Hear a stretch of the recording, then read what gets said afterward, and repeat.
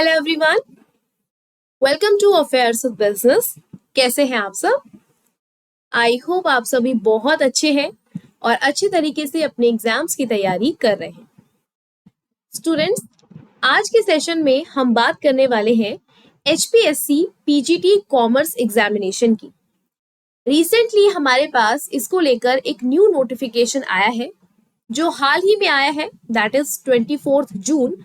अभी ये न्यूज आई है कि आपके पास HPSC PGT कॉमर्स को लेकर वैकेंसीज है जिसके लिए आप तैयारी कर सकते हैं।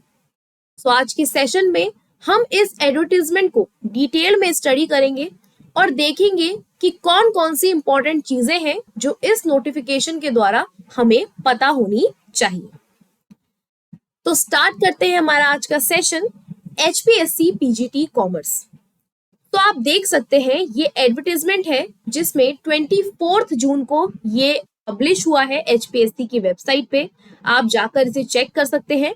HPSC की वेबसाइट है hpsc.government.in और हम स्पेसिफिक आज के सेशन में जो बात करेंगे वो है PGT कॉमर्स एग्जामिनेशन की for Haryana public service commission.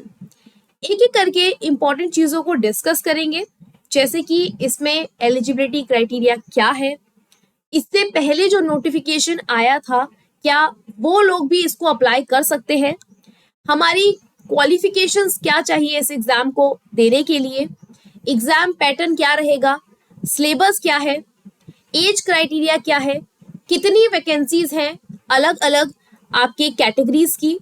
तो ये सारी की सारी इंफॉर्मेशन आज के सेशन में हम डिस्कस करेंगे। तो देखिए, यहां पर आप इस पूरे के पूरे PDF को hpsc.government.in की वेबसाइट से जाकर चेकआउट कर सकते हैं। अगर आप पहली बार रजिस्ट्रेशन कर रहे हैं, पहली बार आप इस एग्जाम के लिए अप्लाई कर रहे हैं, तो आपको एक ID के थ्रू रजिस्ट्रेशन करना होगा, जहां पर आप अपनी पूरी की पूरी डिटेल्स लिखने के बाद एक रजिस्ट्रेशन नंबर को ले पाएंगे और उसके थ्रू आप अपने रजिस्ट्रेशन को कंप्लीट कर पाएंगे। तो उसमें आपको अपना फर्स्ट नेम, लास्ट नेम, आपके आई कार्ड की डिटेल्स है ना, आपकी क्वालिफिकेशंस, ये सारी इंफॉर्मेशन फिल करनी होगी। देन आप अपने एग्जाम को कंप्लीट कर सकते हैं।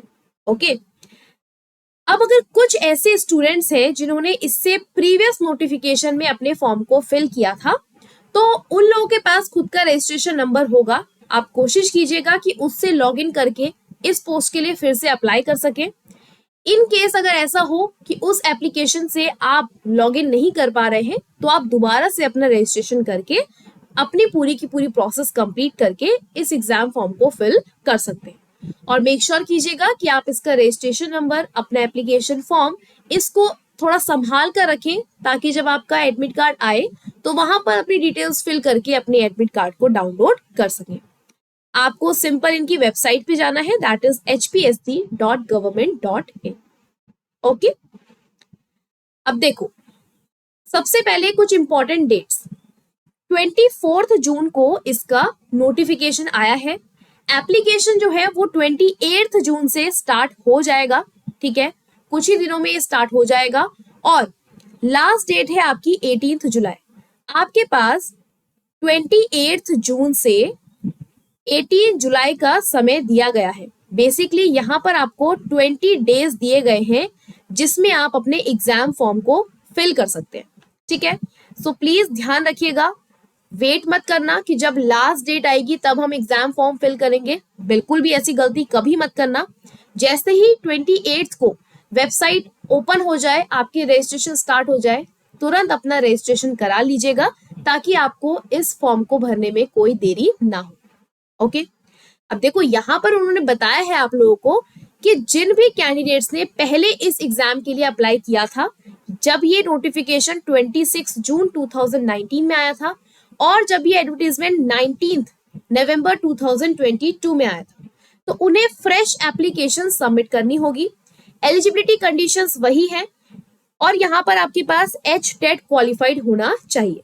कट ऑफ उसी के अकॉर्डिंग निकल कर आएगी जैसे जैसे आप कैंडिडेट्स अप्लाई करेंगे।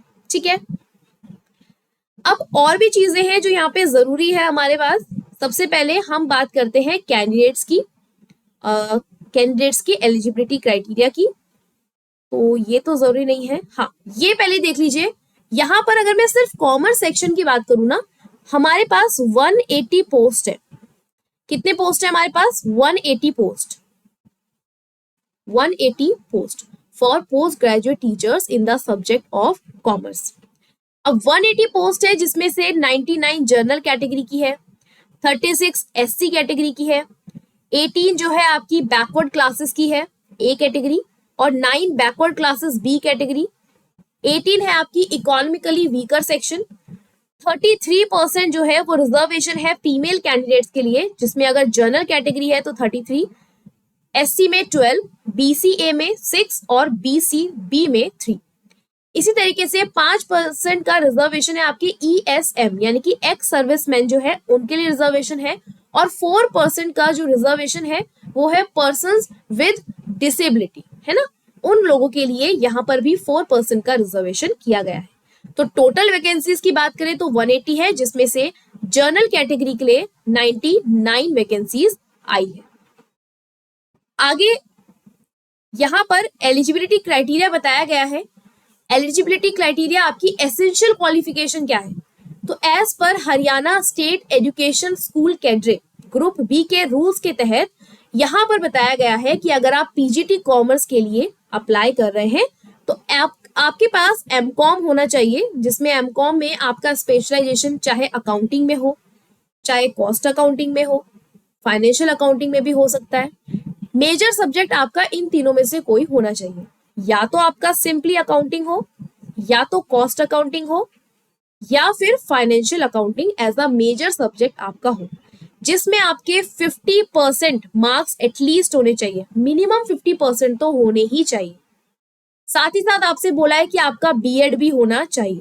भाई पीजीटी एग्जाम के लिए आप अप्लाई कर रहे हैं तो आपका बीएड होना जरूरी है। एक और इंपॉर्टेंट बात, अगर आपके पास एमकॉम है लेकिन आपने अप्लाइड या फिर बिजनेस इकोनॉमिक्स से एमकॉम किया है तो वो स्टूडेंट्स इस एग्जाम फॉर्म को फिल करने के लिए बिल्कुल एलिजिबल नहीं है। इस चीज का ध्यान रखिएगा। आपका एमकॉम सिर्फ और सिर्फ अकाउंटिंग, कॉस्ट अकाउंटिंग या फाइनेंस अकाउंटिंग से होना चाहिए, ठीक है। मैट्रिक होना चाहिए आपकी हिंदी या संस्कृत से, या फिर 10+2 होना चाहिए। बीए एमए हो सकता है हिंदी से, एक सब्जेक्ट हो सकता है आपका बीए एमए हिंदी। आपके पास HTET का सर्टिफिकेट होना चाहिए, हरियाणा टीचर एलिजिबिलिटी टेस्ट, या फिर STET यानी कि स्कूल टीचर्स एलिजिबिलिटी टेस्ट।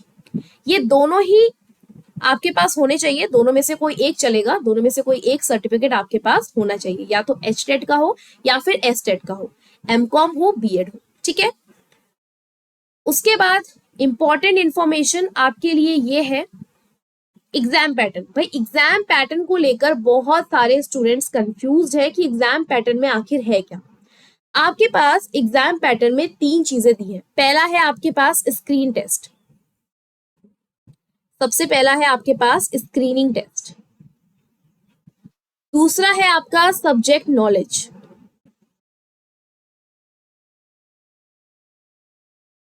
और तीसरा है आपका इंटरव्यू।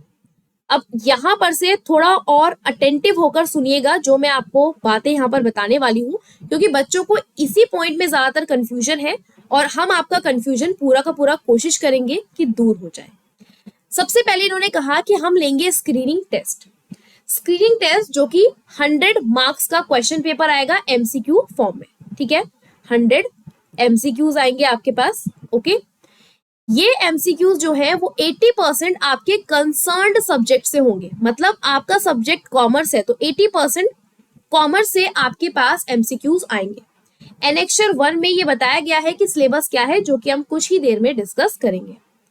इसके बाद कहा गया कि जो रिमेनिंग क्वेश्चंस हैं, यानी कि जो 20% पोर्शन बचता है वो यहां से आएगा, जहां से आपको educational psychology, pedagogy, general awareness, general mental ability, comprehension, logical reasoning, analytical ability, decision making and problem solving, basic numeracy, data interpretation and the questions related to history, geography, polity, economy and culture of Haryana, ठीक है। पहला है आपका क्या, screening test. Screening test qualify करके ही आप second level तक पहुंचेंगे, ठीक है। मतलब एक तरह समझ लीजिए ये आपका प्री है, प्री क्लियर कर लिया तो उसमें से जो स्टूडेंट्स निकल कर आएंगे उन्हें ही हम मेंस में भेजेंगे, है ना। स्क्रीनिंग टेस्ट में आपके पास 100 एमसीक्यूज होंगे, जिसमें 80% तो कॉमर्स से आएगा, या फिर अगर कोई दूसरे सब्जेक्ट का स्टूडेंट है तो उसके रेलेवेंट सब्जेक्ट से आएगा, और 20% इन टॉपिक से आएगा। इन क्वेश्चंस को करने के लिए हमें मिलेंगे 2 घंटे। हर एक क्वेश्चन 1 मार्क कैरी करता है, तो यहाँ पे 100 मार्क्स बनेंगे। हर एक क्वेश्चन का इक्वल मार्क्स है। इंटरेस्टिंग चीज ये है कि यहाँ पर आपको 5 ऑप्शंस दिए जाएंगे, जिसमें से 4 ऑप्शंस तो आपको आंसर करने के लिए दिए जाएंगे कि ABCD में से कौन सा आंसर है, वो आप टिक करेंगे, ठीक है। अगर कैंडिडेट क्या करता है, क्वेश्चन को अटेम्प्ट करता है, तो उसे ABCD में से कोई सर्कल को अप्रोप्रिएट टिक करना पड़ेगा। अगर वो उस क्वेश्चन को अटेम्प्ट नहीं करना चाहता, तो ऐसा नहीं है कि आपने ब्लैंक छोड़ दिया। अगर आप क्वेश्चन अटेम्प्ट नहीं कर रहे हैं तो आपको ई को सेलेक्ट करना होगा। क्या लिखा है, if not attempting a question then he and she shall have to darken E circle. अगर आपने सोचा है कि हम क्वेश्चन अटेंड नहीं करेंगे तो आपको यहाँ पर ई सर्कल को मार्क करना पड़ेगा।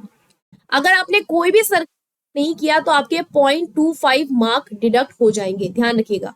अगर आप कोई भी सर्कल टिक नहीं करते हैं तो आपके 0.25 मार्क्स कट हो जाएंगे। Any candidate not darkening any of the 5 circles in more than 10% question shall be disqualified.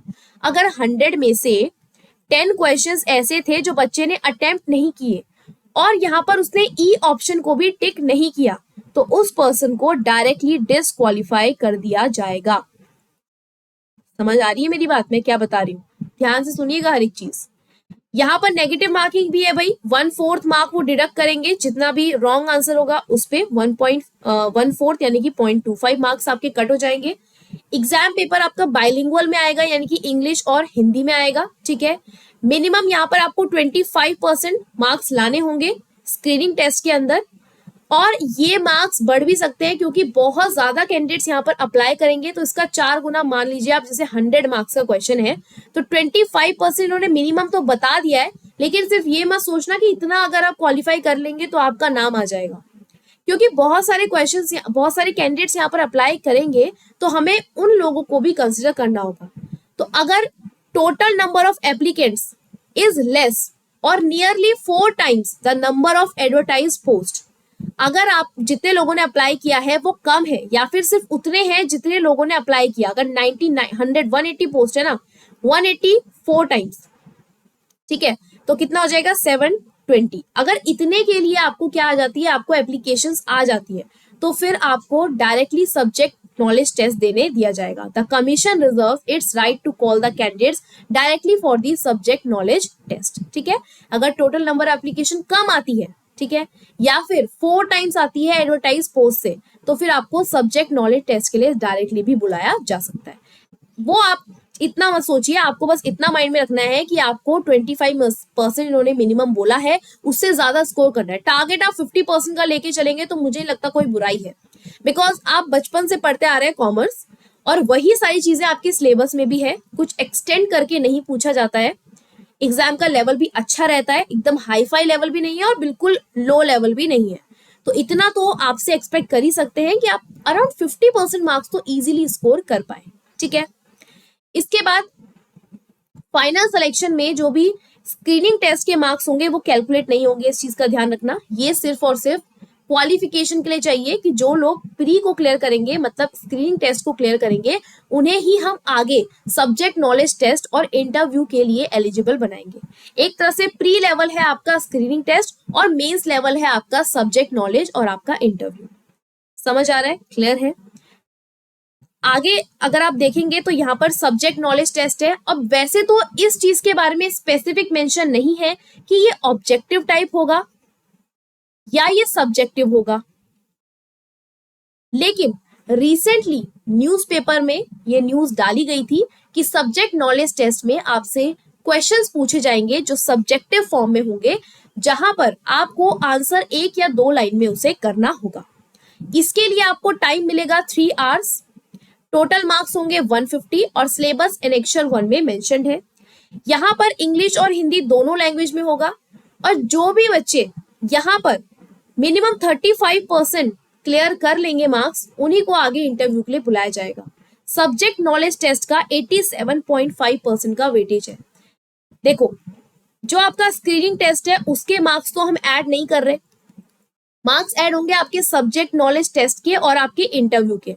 Subject knowledge test 87.5% की वेटेज रखता है।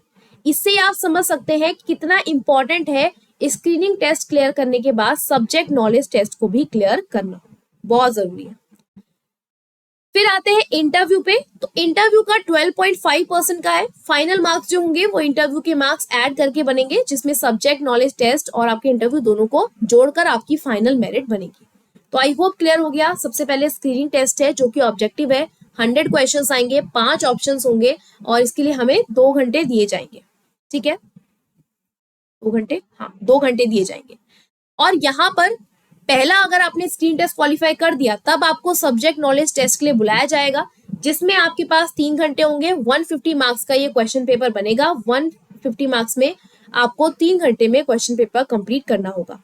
तीसरी चीज है कि आपको यहाँ पर इंटरव्यू देना होगा जब आप सब्जेक्ट नॉलेज टेस्ट को भी क्वालिफाई कर जाते हैं। ठीक है, स्केल ऑफ पे है यहाँ पे 47,600 से लेकर 1,51,100 तक, प्लस जो भी अलाउंसेस आपको चाहिए होते हैं, इसको मिलाकर आपकी सैलरी यहाँ पर बनेगी। तो अगर ये सैलरी पाना चाहते हैं तो इतना मेहनत भी आपको करनी पड़ेगी, इतनी मेहनत करेंगे तब जाकर ये अचीव आप कर पाएंगे। ठीक है, समझ आ गया। दूसरी कुछ एलिजिबिलिटी कंडीशंस है जो नेशनैलिटी की बात करती है कि अगर आप इस पोस्ट के लिए अप्लाई करना चाहते हैं तो आप इंडिया के सिटीजन होने चाहिए, या फिर सब्जेक्ट ऑफ नेपाल होने चाहिए, या फिर सब्जेक्ट ऑफ भूटान होने चाहिए। एक तिब्बतन रिफ्यूजी भी हो सकता है जो कि इंडिया आया है 1 जनवरी 1962 से पहले, किस इंटेंशन से, परमानेंटली सेटल होने से पहले। या फिर कोई पर्सन है जो इंडियन ओरिजिन का था लेकिन माइग्रेटेड है from Pakistan, Burma, Sri Lanka, east African countries of Kenya, Uganda and the united republic of Tanzania, Zambia, Malawi, Zaire, Ethiopia and Vietnam with the intention of permanently settling in India. तो ये सारी categories के लोग आराम से इस चीज के लिए अप्लाई कर सकते हैं अपने सर्टिफिकेट्स को शो करके। एज लिमिट्स की बात करें तो आप सभी को पता है 18 साल से कम एज तो नहीं होनी चाहिए और 42 ईयर से ज्यादा नहीं होनी चाहिए। तो 18 टू 42 ईयर्स का यहाँ पर आपको बताया गया है। स्केड्यूल कास्ट की बात करें तो 5 साल का रिलैक्सेशन है। यहाँ पर देखिए क्या लिखा है, स्केड्यूल कास्ट ऑफ हरियाणा, 5 साल का रिलैक्सेशन है यहाँ पर। बैकवर्ड क्लासेस में 5 ईयर का रिलैक्सेशन है। डिसेबल्ड पर्सन के लिए 10 ईयर्स का रिलैक्सेशन यहाँ पर दिया गया है। ठीक है, तो इस चीज को ध्यान में आप रख सकते हैं। वाइफ्स है मिलिट्री पर्सनल की तो 5 ईयर्स है। विडोड या लीगली डाइवोर्स्ड वुमेन है तो फिर 5 ईयर्स है। ठीक है, अनमैरिड वुमेन के लिए भी 5 ईयर्स का गैप है। इस तरह से सारे के सारे रिलैक्सेशन के बारे में बताया गया है। तो ये आपका एज रिलैक्सेशन के बारे में इंफॉर्मेशन हो गई। देन ये इंफॉर्मेशन तो हमें जरूरत नहीं है पढ़ने की। आगे देखते हैं और क्या इंपॉर्टेंट चीजें हैं जो हमें इस नोटिफिकेशन से पढ़नी है। हाँ, एक और चीज यहाँ पर देखो, ये चीज ध्यान में रखना कि इस एप्लीकेशन को आपकी जो लास्ट डेट है दैट इज 18/7/2023 यानी कि 18 जुलाई तक आपको इस पे रजिस्ट्रेशन करना है, अपना फॉर्म अप्लाई करना है, जो कि रात 12 बजे तक होगा। ठीक है, कैटेगरीज की बात करें कि फीस किस तरह से है, तो अगर मेल कैटेगरी का पर्सन है, मेल है और जनरल कैटेगरी के अंदर आता है तो 1000 फीस है। फीमेल के लिए यहाँ पर 250 फीस है। अगर मेल कैंडिडेट्स SC, BCA या BCB या ESM कैटेगरी से है सिर्फ हरियाणा के लिए तो 250 है, और EWS का पर्सन है तो 250 है। लेकिन जो डिसेबल्ड पर्सन है यहाँ पर उनसे कोई भी फीस चार्ज नहीं की जाएगी, निल फीस यहाँ पर है। एक और चीज, फीस यहाँ पे रिफंड नहीं होगी उन कैंडिडेट्स के लिए जो टेस्ट के लिए अप्लाई किया लेकिन दे नहीं पाए, है ना, और बिना प्रिस्क्राइब्ड फी के आपकी एप्लीकेशन सबमिट नहीं होगी। एक बार फीस पे हो गई तो किसी भी हाल में उसे रिफंड नहीं किया जाएगा। ये चीजें आप समझ चुके हैं। अपना रजिस्ट्रेशन नंबर संभाल के रखिएगा क्योंकि आपके एडमिट कार्ड के टाइम पर वो काम आएगा।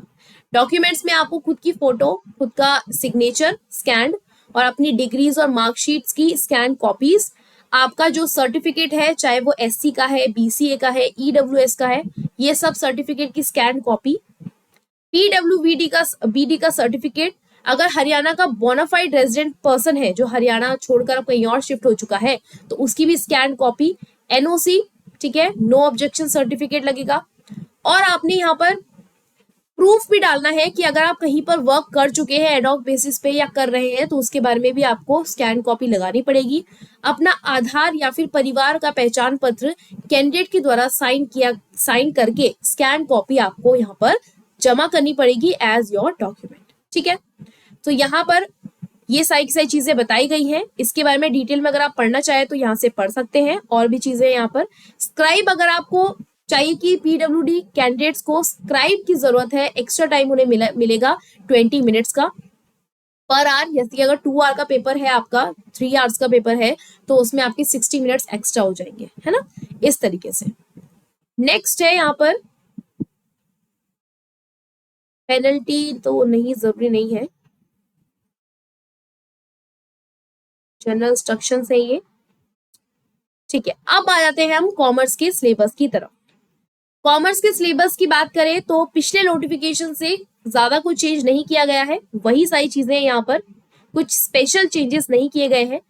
बिजनेस स्टडीज एंड मैनेजमेंट है पहला सब्जेक्ट हमारा, तो वही चीजें आएंगी इसमें। इंट्रोडक्शन टू बिजनेस जो आपने क्लास 11th में पढ़ा है, forms of business organisation class 11th का टॉपिक है, business ownership class 11, business services class 11, trade भी आपने क्लास 11th में पढ़ा है, बिजनेस फाइनेंस क्लास 12 से पढ़ा है आपने, social responsibility of business, business ethics, environment protection, ये भी क्लास 11th में था। मैनेजमेंट के प्रिंसिपल्स, मैनेजमेंट के फंक्शंस, ये क्लास 12th का पोर्शन है बिजनेस का। देन आता है आपका business environment, again class 12th, management function class 12th, business finance ये आपके बीकॉम में भी आता है और क्लास 12th में भी थोड़ा बहुत ये पोर्शन दिया गया था। फाइनेंशियल मार्केट भी क्लास 12th का हिस्सा है। यहां से एचआरएम, मार्केटिंग, ऑर्गेनाइजेशनल बिहेवियर, ये आपने अपने बैचलर्स में पढ़ा होगा, अपने बीकॉम में इसको पढ़ा होगा। Motivation theory, personality, emerging trends in management, consumer protection, ये भी आपके बीकॉम के टॉपिक्स थे, ठीक है। दूसरा पोर्शन है यहाँ पर आपके पास financial accounting and financial statement analysis. तो फाइनेंशियल अकाउंटिंग में सबसे पहले जैसे अकाउंटिंग है कि अकाउंटिंग क्या होती है, क्या प्रिंसिपल्स होते हैं, क्या अकाउंटिंग स्टैंडर्ड्स है, कैश बेसिस है या एक्रूअल बेसिस है, ये क्लास 11th में पढ़ा है आपने। प्रोसेस ऑफ अकाउंटिंग भी क्लास 11th में पढ़ चुके हैं कि पहले आप मॉनेटरी ट्रांजैक्शंस को देखते हैं, देन आप उसे जर्नल एंट्री में रिकॉर्ड करते हैं, पूरा का पूरा प्रोसीजर। डेप्रिसिएशन भी हमने क्लास 11th में पढ़ा है। Accounts for joint stock company, ये हम आपने वैसे ये चीज 12th में ही पढ़ी है, जहां पे आप अलॉटमेंट, फोरफीचर, री इशू ये सब कर चुके हैं, है ना। बाकी आपने इसको डिटेल में अपने बैचलर्स में ही पढ़ा होगा। फाइनेंशियल स्टेटमेंट एनालिसिस, जिसमें आप कंपैरेटिव साइज, कॉमन साइज, अपना counting ratios, cash flow, fund flow, ये सब चीजें क्लास 12th में भी आपके पास होती थी और आपने अपने बीकॉम फर्स्ट ईयर में भी इन सारे टॉपिक्स को अच्छे से पढ़ा होगा। ये जो टॉपिक्स है कंप्यूटर्स इन अकाउंटिंग और आपका अकाउंटिंग एंड डेटाबेस, ये कंप्यूटराइज अकाउंटिंग का पार्ट है। क्लास 12th में ये हुआ करता था, लेकिन कुछ बोर्ड्स में इसको फॉलो किया जाता था, कुछ बोर्ड्स में आप फाइनेंशियल स्टेटमेंट्स पार्ट 3 जो बुक होती थी क्लास 12th की, उसे पढ़ते थे। लास्ट में आपके पास inflation accounting and human resource accounting, social responsibility, ये आपके बीकॉम के टॉपिक्स हैं जो आपने बीकॉम में अकाउंटिंग के अंदर पढ़े होंगे, ठीक है। तो ये आपका सिलेबस है और बेसिकली सिलेबस वही है, ज्यादा कुछ चेंजेस नहीं है यहाँ पर, सिलेबस वही है जो पहले नोटिफिकेशंस में थे और आपका 11th 12th और बीकॉम का सिलेबस है। पूरी की पूरी बिजनेस है आपकी 11th 12th की और फाइनेंशियल अकाउंटिंग में आपकी पूरी अकाउंट्स है जो कि आपने 11th 12th और बीकॉम में सीखी है। अगर आपने अच्छे से उस टाइम पे पढ़ाई करी है तो आपको बहुत ज्यादा हेल्प होगी आपके टाइम में, और अगर नहीं करी है तो आपको अब मेहनत करनी पड़ेगी और अब अच्छे से इसको स्टडी करना होगा, ठीक है। रही बात प्रिपरेशन की, सवाल आता है मैम इतनी सारी चीजें तो हमने देख ली, सिलेबस देख लिया, हमारी एलिजिबिलिटी भी देख ली, हम एलिजिबल भी हैं, बस ये और पता चल जाए कि हम प्रिपेयर कैसे करेंगे। सो इसका सोल्यूशन भी हमारे पास है। How to start preparation for HPSC PGT कॉमर्स। तो इस सवाल का जवाब भी हम आपको देंगे। इस सवाल का सिर्फ एक जवाब है, कैसे प्रिपेयर करेंगे, इसका जवाब है अफेयर्स विद बिजनेस। आपको डिस्क्रिप्शन बॉक्स में हमारे ऐप का लिंक मिल जाएगा, उस लिंक के थ्रू आप ऐप डाउनलोड कीजिए।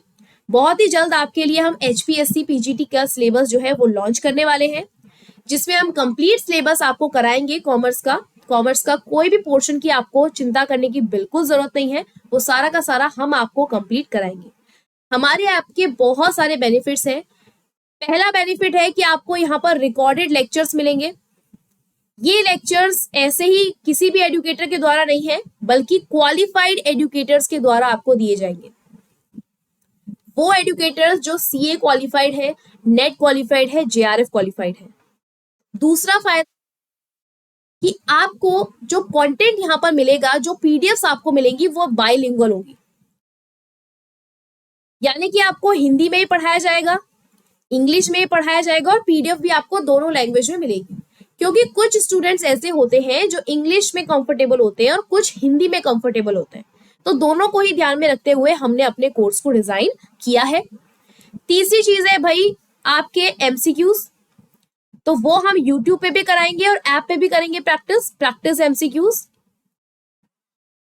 चौथी चीज है यहाँ पर प्रैक्टिस MCQs के साथ आपका mock test. Time to time mock test देना जरूरी है, ताकि आप चेक कर सके कि आपका प्रिपरेशन किस तरीके से चल रहा है।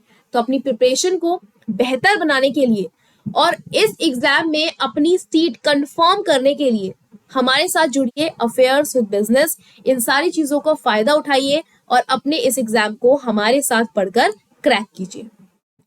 डिस्क्रिप्शन बॉक्स में आपको ऐप का लिंक मिल जाएगा, और अगर आपको ये कंप्लीट PDF चाहिए तो इसके लिए आप hpsc.government.in पे लॉगिन कीजिएगा, वेबसाइट पे विजिट कीजिएगा, वहां पर आपको कॉमर्स के लिए कंप्लीट PDF मिल जाएगी। ठीक है, तो एज पर योर एलिजिबिलिटी आप अप्लाई कर सकते हैं, चाहे कॉमर्स का स्टूडेंट हो, चाहे कंप्यूटर का स्टूडेंट हो, इंग्लिश का हो, केमिस्ट्री का हो, अपनी एलिजिबिलिटी के अकॉर्डिंग आप इस एग्जाम के लिए अप्लाई कर सकते हैं। ठीक है, ये था आज का सेशन जिसमें हमने HPSC PGT कॉमर्स को लेकर डिस्कशन किया है। आई होप कि अब आपको कोई भी डाउट्स नहीं होंगे और पूरी की पूरी चीजें आपको यहाँ पर अच्छे से क्लियर हो गई है कि आपकी एलिजिबिलिटी क्राइटेरिया क्या है, एग्जाम पैटर्न क्या है, एज क्राइटेरिया क्या है, कितनी फीस है, लास्ट डेट है आपकी 18 जुलाई आई गेस। हाँ, तो लास्ट डेट का वेट नहीं करना और टाइम पे अपना एग्जाम फॉर्म फिल कर लेना। कैसे प्रिपेयर करना है ये भी मैंने आपको यहाँ पर बता दिया। आज की सेशन में इतना ही, मिलते हैं नेक्स्ट सेशन में। तब तक के लिए अपना ध्यान रखिए, अच्छे से पढ़ते रहिए। I'll see you in the next video. Till then, keep studying and keep revising. Bye bye students. Take care of yourself. Bye bye.